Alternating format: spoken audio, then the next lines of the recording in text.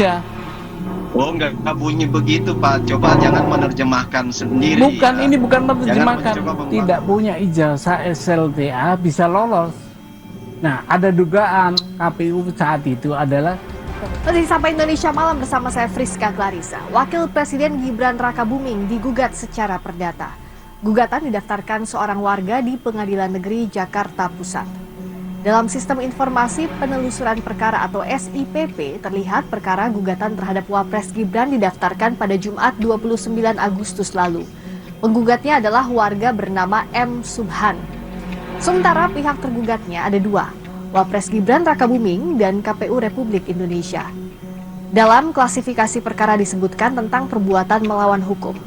Rencananya sidang pertama digelar pada Senin 8 September mendatang.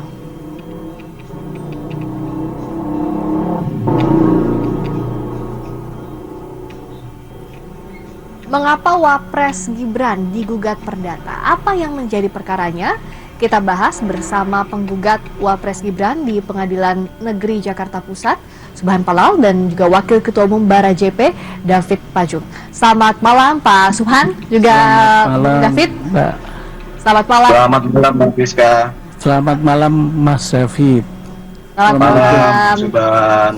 Nah, kita akan tanyakan dulu ya ke Pak Subhan. Saya mau tanya dulu. Nah, klasifikasinya kan perbuatan melawan hukum. Spesifiknya apa yang dianggap perbuatan melawan hukum? Jadi gini, kita berangkat dari negara hukum. Maka semua penyelenggaraan negara harus diatur oleh hukum. Apa yang tidak sesuainya? Ya, yang tidak sesuai karena dalam undang-undang pemilu itu dipersyaratkan seorang wakil presiden atau presiden sekalipun harus minimum tamat SLTA alias SMA atau sederajat. Nah, wakil presiden ini tidak punya ijazah itu, ijazah SLTA nggak punya. Kalau di KPU apa tertulisnya? Yang di KPU, kalau di KPU hanya tertulis SMA-nya 2 kali malahan, yaitu diselenggarakan di Singapura sama Australia. Yang di Australia itu yang disetarakan sama SMA itu Orchid Park Secondary School Singapura, yang Australia UTS Inset Sydney. Kalau dari hasil penelusuran Pak Subhan dan kawan-kawan itu tidak setara SMA? Gini, meskipun setara, tapi undang-undang tidak memberikan amanat itu. Amanatnya hanya tamat minimum riwayat pendidikannya SLTA atau SMA alias sederajat. Hanya itu. Saya tanya ke Bung David, ini dipersoalkan soal pendidikannya dianggap tidak memenuhi syarat SMA atau sederajat. Ya, jadi gini Pak, ini kan kita sudah melangkah 10 langkah, terus kemudian kita mau menarik langkah lagi, undur ya. Ini namanya mencari jarum dalam jerami ya, artinya sesuatu tindakan yang sia-sia, yang begitu berat.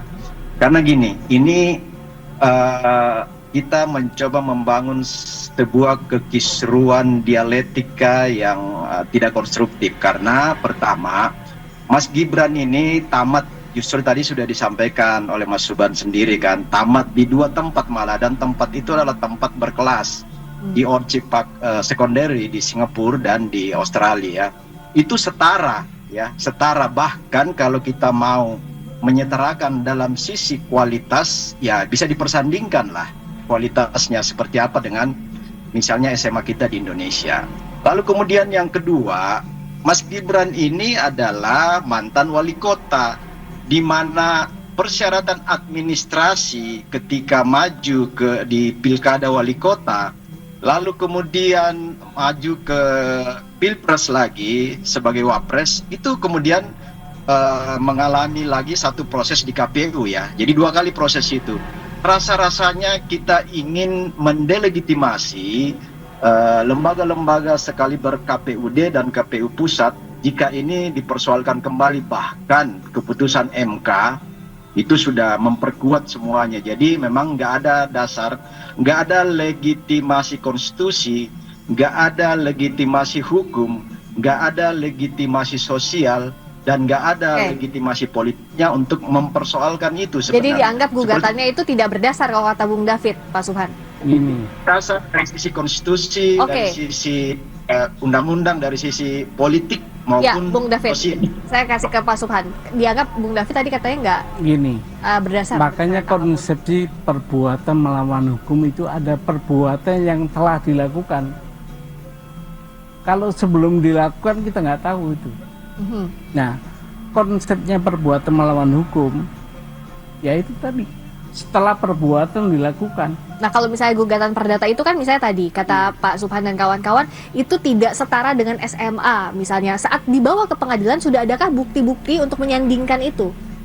Gini, kalau tadi Pak David ya, Pak David berbicara tentang penyetaraan. Penyetaraan itu oleh siapa?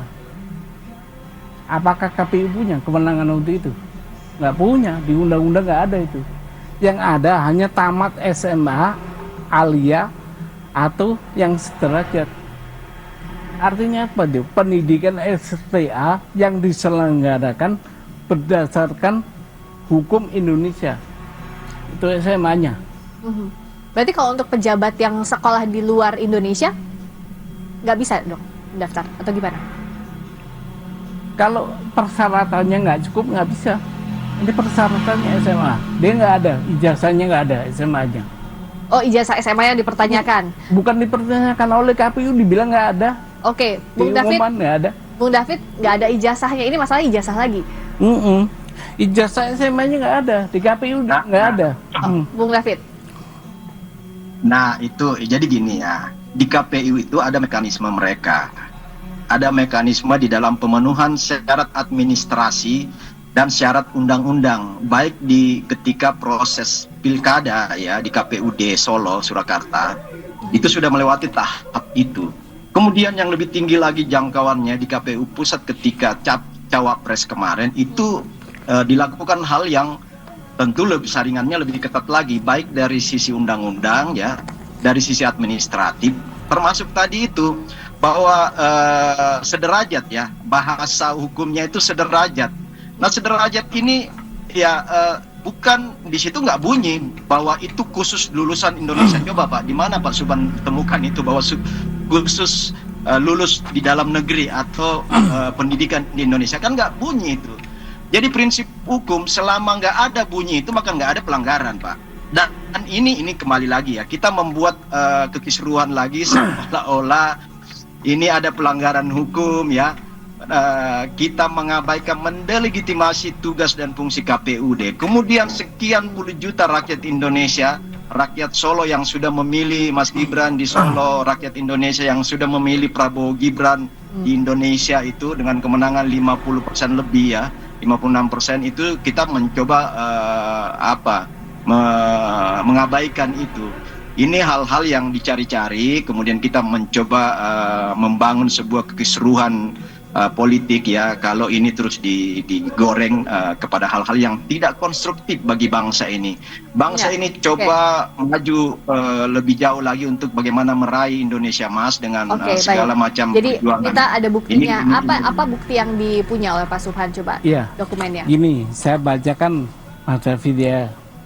Bunyi monggo. Pasal Undang-Undang Nomor 7 Tahun 2017 tentang Pemilihan Umum, Pasal 169 huruf R, junto Pasal 13 Peraturan Pemilihan Komisi Pemilihan Umum Nomor 19 Tahun 2023 huruf R juga.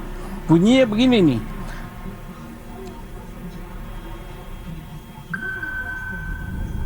The kind of city that makes you believe you can achieve anything. 500 berpendidikan paling rendah tamat sekolah menengah atas, madrasah aliyah, sekolah menengah kejuruan, madrasah aliyah kejuruan, atau sekolah lain yang sederajat. Cukup kan? Cukup definitif itu. Kenapa? Sangat definitif. Iya, definitif. Sangat. Nah, dia si wakil presiden ini nggak punya salah satu dari yang disebut ini. Sekolah lain yang sederajat, Bapak mau memahami makna sekolah lain yang sederajat itu gimana?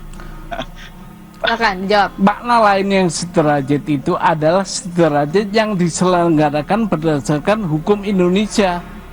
Oh, nggak bunyi begitu, Pak. Coba jangan menerjemahkan sendiri. Bukan, ya. ini bukan Jangan menerjemahkan. mencoba membangun Bapak interpretasi. juga jangan menafsirkan lain. Ini tafsir gramatikalnya begitu. Loh, Udah. KPU sebagai lembaga pelaksana pemilihan umum ya, baik di daerah KPUD dan di pusat itu KPU, itu sudah menginterpretasi itu berdasarkan kewenangan diskresi yang ada pada mereka, Pak. Dan itu kita yakini pasti berkoordinasi dengan lembaga-lembaga tinggi pendidikan yang formal di Indonesia.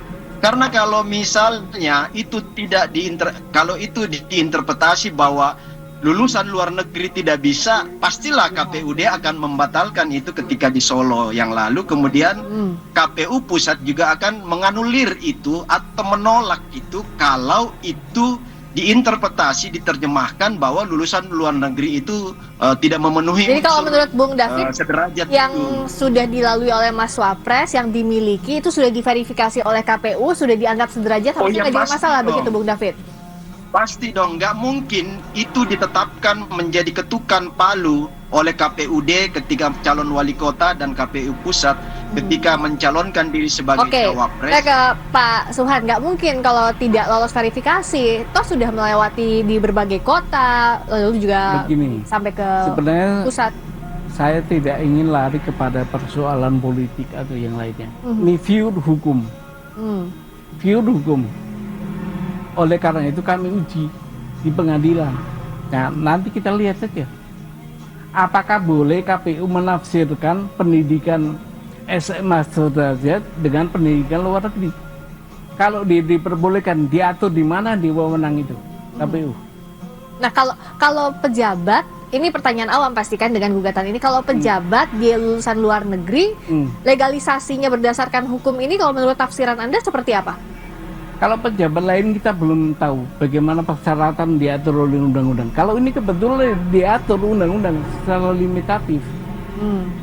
Limitatif harus menjalani pendidikannya di Indonesia? Iya, di Indonesia. Untuk SMA saja atau dengan... SMA, cukup sampai SMA aja. Oke. Iya.